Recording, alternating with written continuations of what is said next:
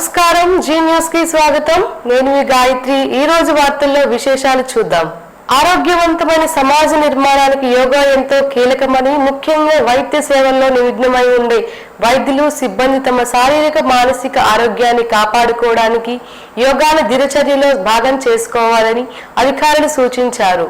యోగాంధ్ర 2026 కార్యక్రమంలో భాగంగా ఆదివారం ఉదయం శ్రీకాకుళం నగరంలోని కార్గిల్ పార్క్ లో నిర్వహించిన ప్రత్యేక యోగా శిక్షణ శిబిరంలో రిమ్స్ ప్రభుత్వ వైద్య కళాశాల అధికారులు, వైద్యులు, సిబ్బంది పెద్ద ఎత్తున పాల్గొన్నారు. రోజంతా రోగుల సేవలో నిమగ్నమై ఉండే వైద్య సిబ్బంది ఒత్తిడి, ఆందోళనను అధిగమించి ఉత్సాహంగా విధులు నిర్వహించేందుకు యోగా ఎంతో ఉపయోగపడుతుందని శిబిరంలో నిపుణులు వివరించారు. కార్యక్రమానికి హాజరైన జిల్లా ఆయుష్ అధికారి డాక్టర్ ఉత్తమ్ రాజ్ రాణా మాట్లాడుతూ, యోగా శారీరక ఆరోగ్యాన్ని మెరుగుపరచడమే కాకుండా మానసిక ప్రశాంతతను పెంపొందిస్తుందని తెలిపారు. ప్రతి ఒక్కరూ ప్రతిరోజు కొంత సమయం యోగాకు కేటాయించాలని సూచించారు. ఈ కార్యక్రమంలో రిమ్స్ ప్రభుత్వ వైద్య కళాశాల vice principal doctor B Nagendra Naidu, administrative officer Keerthi, జిల్లా ఆయుష్ శాఖ సిబ్బంది పాల్గొన్నారు. యోగా గురువులు పాండ్రంగి మురళీకృష్ణ, కరుటూరు నాగలక్ష్మి, సాయి లక్ష్మి ఆధ్వర్యంలో పలు యోగాసనాలు, ప్రాణాయామ విధానాలు ప్రదర్శించి వాటి ప్రయోజనాలను వివరించారు. అలాగే ఆర్ట్ ఆఫ్ లివింగ్ ప్రతినిధులు సురేంద్ర,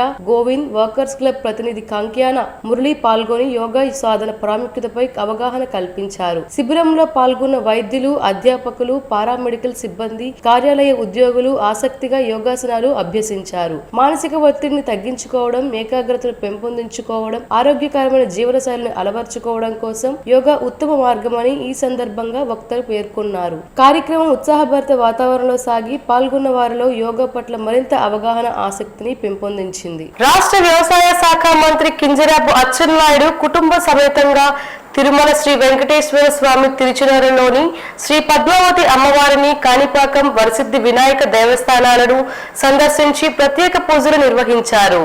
ఈ సందర్భంగా రాష్ట్ర ప్రజల సుఖ సంతోషాలు, రైతాంగ సంక్షేమం, రాష్ట్ర సమగ్రాభివృద్ధి కోసం ప్రార్థనలు చేసినట్లు మంత్రి తెలిపారు. అలాగే రాష్ట్రంలో కూటమి ప్రభుత్వం విజయవంతంగా 2 ఏళ్లు పూర్తి చేసుకున్న సందర్భంగా ప్రజలకు కృతజ్ఞతలు తెలియజేశారు. ప్రజల ఆశీర్వాదం, సహకారంతో ప్రభుత్వం అన్ని రంగాల్లో అభివృద్ధిని సాధిస్తూ ముందుకు సాగుతోందని మంత్రి అచ్చెన్నాయుడు పేర్కొన్నారు. ముఖ్యమంత్రి నారా చంద్రబాబు నాయుడు నాయకత్వంలో పారదర్శక పాలన, సంక్షేమం, అభివృద్ధి అనే ద్వంద్వ లక్ష్యాలతో ప్రభుత్వం పనిచేస్తుందన్నారు. రైతులు, మహిళలు, యువత, విద్యార్థులు, పేద, మధ్యతరగతి కుటుంబాల సంక్షేమమే ప్రభుత్వ ప్రధాన లక్ష్యమని చెప్పారు. రాష్ట్రాన్ని దేశంలోనే అగ్రగామి రాష్ట్రంగా తీర్చిదిద్దేందుకు కూటమి ప్రభుత్వం నిరంతరం కృషి చేస్తోందన్నారు. దేవాదాయ దర్శనాల సందర్భంగా రాష్ట్ర ప్రజలందరికీ ఆయురారోగ్యాలు, సుభిక్షం కలగాలని శ్రీ వెంకటేశ్వర స్వామి, పద్మావతి అమ్మవారు, వరసిద్ధి వినాయక స్వామి వారిని ప్రార్థించినట్లు మంత్రి అచ్చెన్నాయుడు తెలిపారు. ప్రజల విశ్వాసమే మా బలం, రాష్ట్రాభివృద్ధే మా ధ్యేయం అని మంత్రి అచ్చెన్నాయుడు పేర్కొన్నారు.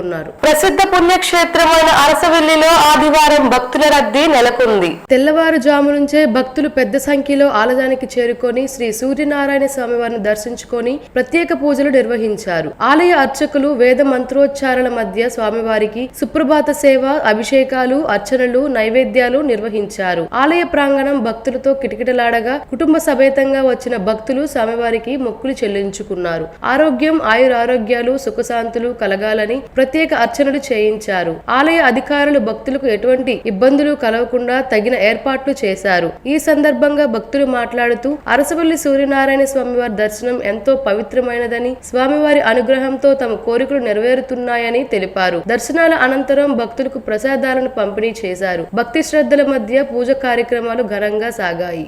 శ్రీకాకుళం జిల్లా రాజకీయ చరిత్రలో మాజీ శాసనసభ స్పీకర్ తమ్మినేని సీతారాం రాజకీయ జీవితం ఒక తెరిచిన పుస్తకమని, ఆయనపై చేస్తున్న భూ ఆక్రమణ ఆరోపణలు పూర్తిగా రాజకీయ కుట్రలో భాగమేనని వైఎస్ఆర్ కాంగ్రెస్ పార్టీ యువజన విభాగం రాష్ట్ర నాయకులు తమ్మినేని చిరంజీవినాథ్ పేర్కొన్నారు. ఆముదుల వలసలోని తన స్వగృహంలో ఏర్పాటు చేసిన మీడియా సమావేశంలో ఆయన మాట్లాడారు. శ్రీకాకుళం పాలకొండ ప్రధాన రహదారిపై ఆముదుల వలస పట్టణ నడిబొడ్డున తమ కుటుంబం సుమారు 25 సంవత్సరాల క్రితమే స్థిర నివాసాన్ని నిర్మించుకుందని తెలిపారు. అనంతరం అదే ప్రాంతంలో సుమారు 15 సంవత్సరాల క్రితం విద్యా సంస్థను స్థాపించినట్లు వివరించారు. తమ కళాశాల వెనుక భాగంలో సుమారు 40 సెంట్ల స్థలాన్ని తమ్మినేని సీతారాం చట్టబద్ధంగా కొనుగోలు చేశారని, ఆ స్థలంలోనే కొంత భాగంలో కళాశాలకు సంబంధించిన నిర్మాణాలు చేపట్టినట్లు చెప్పారు. అయితే 3 ఎకరాల విస్తీర్ణంలో ఉన్న భూమికి సబ్ డివిజన్ జరగకపోవడం వల్ల కొంత గందరగోళ పరిస్థితి నెలకొన్నదని, దీనిని ఆసరాగా చేసుకుని తమ కుటుంబంపై ఆక్రమణ ఆరోపణలు చేయడం సరైన పద్ధతి కాదన్నారు. తమ్మినేని సీతారాం వంటి సుదీర్ఘ రాజకీయ ప్రస్థానం కలిగిన నాయకుడిని రాజకీయంగా ఎదుర్కోలేక కొందరు వ్యక్తులు కావాలనే అసత్య ప్రచారానికి దిగుతున్నారని విమర్శించారు. రాష్ట్రంలో అత్యధిక శాఖలను నిర్వహించిన మంత్రిగా, శాసనసభ స్పీకర్ గా, పలు మంత్రివర్గ ఉపసంఘాలలో సభ్యునిగా, ప్రజా నాయకుడిగా ఆయన సేవలు అందించారని గుర్తు చేశారు. మచ్చలేని రాజకీయ నాయకుడిగా, ప్రజా ప్రతినిధిగా తమ్మినేని సీతారాంను జిల్లా ప్రజలు గుర్తిస్తారని పేర్కొన్నారు. శ్రీకాకుళం జిల్లాలో ఏ గ్రామానికి వెళ్లి అడిగినా ఆయన వ్యక్తిత్వం, ప్రజాసేవ పట్ల ఉన్న నిబద్ధత గురించి ప్రజలే చెబుతారని అన్నారు. భూ అక్రమణ పేరుతో ఆరోపణలు చేస్తున్న వ్యక్తులు గతంలో పలుమార్లు జిల్లా కలెక్టర్ తో పాటు రాష్ట్ర స్థాయి అధికారులకు ఫిర్యాదులు చేశారని, ఆ ఫిర్యాదులపై సంబంధిత అధికారులు భూమి హద్దులు, భూ రికార్డులు, పత్రాలు పరిశీలించి ఉన్నతాధికారులకు నివేదికలు సమర్పించిన విషయాన్ని గుర్తు చేశారు. ఇటీవల జరుగుతున్న భూముల రీసర్వే ప్రక్రియలో తమకు సంబంధించిన భూమి హద్దులను అధికారులకు తెలియజేసేందుకు వెళ్లిన సమయంలో సబ్ డివిజన్ కాని మొత్తం భూమిపైనే కొందరు వ్యక్తులు హక్కులు ప్రకటిస్తూ వివాదానికి తెలిపారని ఆరోపించారు. మంచి చెడ్డ కలెక్టర్ యంత్రాంగం, అధికారులు, రెవెన్యూ మొత్తం అంతా కూడా దాని మీదే నిమగ్నమై ఉన్నారు. Let them finish it. కబ్జా అని అంటారు. అసలు కబ్జా అంటే అర్థం ఏంటని నాకు అర్థం కాదు. ఏంటి కబ్జా అంటే అర్థం ఏంటి? బోర్డు పెట్టామా, this land belong to so and so అని కంచేసామా, గోడ కట్టామా? చెప్పండి, కబ్జా అంటే దాని అర్థం ఏంటి? ఏకంగా కబ్జా చేసామని అంటారు మీరు.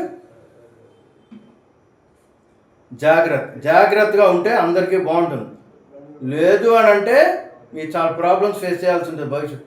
ఇప్పుడు వాళ్ళ వర్క్ చేసుకుంటున్నారు అక్కడ. మేము ఆప్షన్ ఇన్నేళ్ళు లేనిది ఇప్పుడు అలా వర్క్ ఇక్కడ చేసుకుంటున్నారు. మేమైనా ఆపామా? పెండింగ్ ప్రాజెక్టులు పూర్తి చేసి చివరి భూముల వరకు నీరుస్తామన్న హామీ 2 సంవత్సరాలు గడిచినప్పటికీ ఎందుకు నిధులు కేటాయించడం లేదో రాష్ట్ర ప్రభుత్వం ప్రజలకు సమాధానం చెప్పాలని సిపిఎం పార్టీ రాష్ట్ర కార్యదర్శి వర్గ సభ్యులు బి తులసీదాస్ డిమాండ్ చేశారు.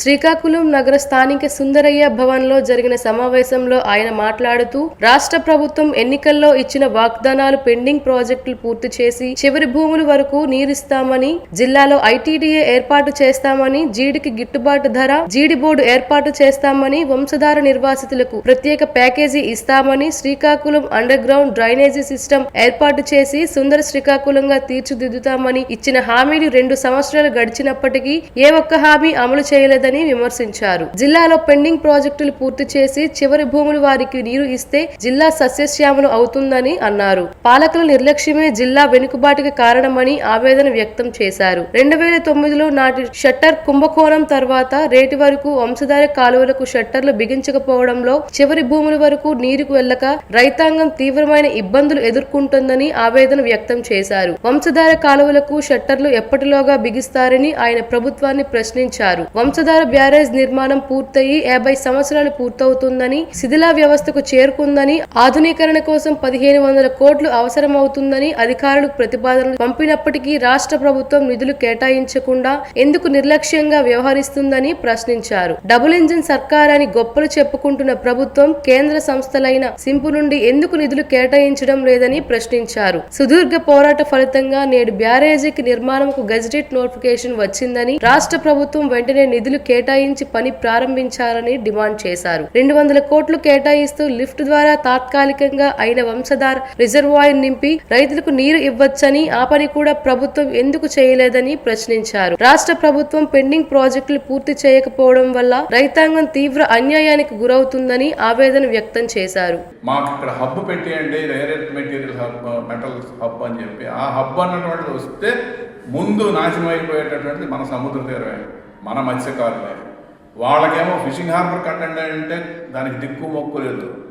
ఇప్పటికీ వాళ్ళు ఓట్లు పొందాలంటే ఎన్టీ రామారావు గారి బొమ్మే చూపిస్తారు. కానీ ఆ ఎన్టీ రామారావు గారే టెక్కల ఎమ్మెల్యేగా ఉన్నప్పుడు భావనపాడు ఫిషింగ్ హార్బర్ అని అన్నాడు. దానికి వీళ్ళేమి చేయడం లేదు. ఈ జగన్మోహన్ రెడ్డి వచ్చినప్పుడు హట్ అని చేసినటువంటి మన బుడగట్లపాలెం కనీసం జెట్టి హార్బర్ కాదు, దానికి ఠికానా లేదు. ఇలాగా ఈ పార్టీలు ఓట్లు సంపాదించుకోవడానికి చేస్తున్నటువంటి హంగామా, భూములు కొట్టేయడానికి చేసేటువంటి హంగామా అల్టిమేట్గా అదానీలకి, అంబానీలకి ఆ సంపదను కట్టబెట్టేటటువంటి ప్రయత్నం తప్ప ఈ జిల్లా ప్రజలకు సాగునీరుకి అందిద్దాం, లేకపోతే తాగునీరు అందిద్దాం, లేకపోతే శ్రీకాకుళం జిల్లా ముఖ్య కేంద్రం కాలుష్య కాసారంలాగా తయారైపోయింది, దీనికి సంబంధించిన పరిష్కారం ఏదో చేద్దాం, ఇలాంటి ఆలోచనలు ఏం చేయరు.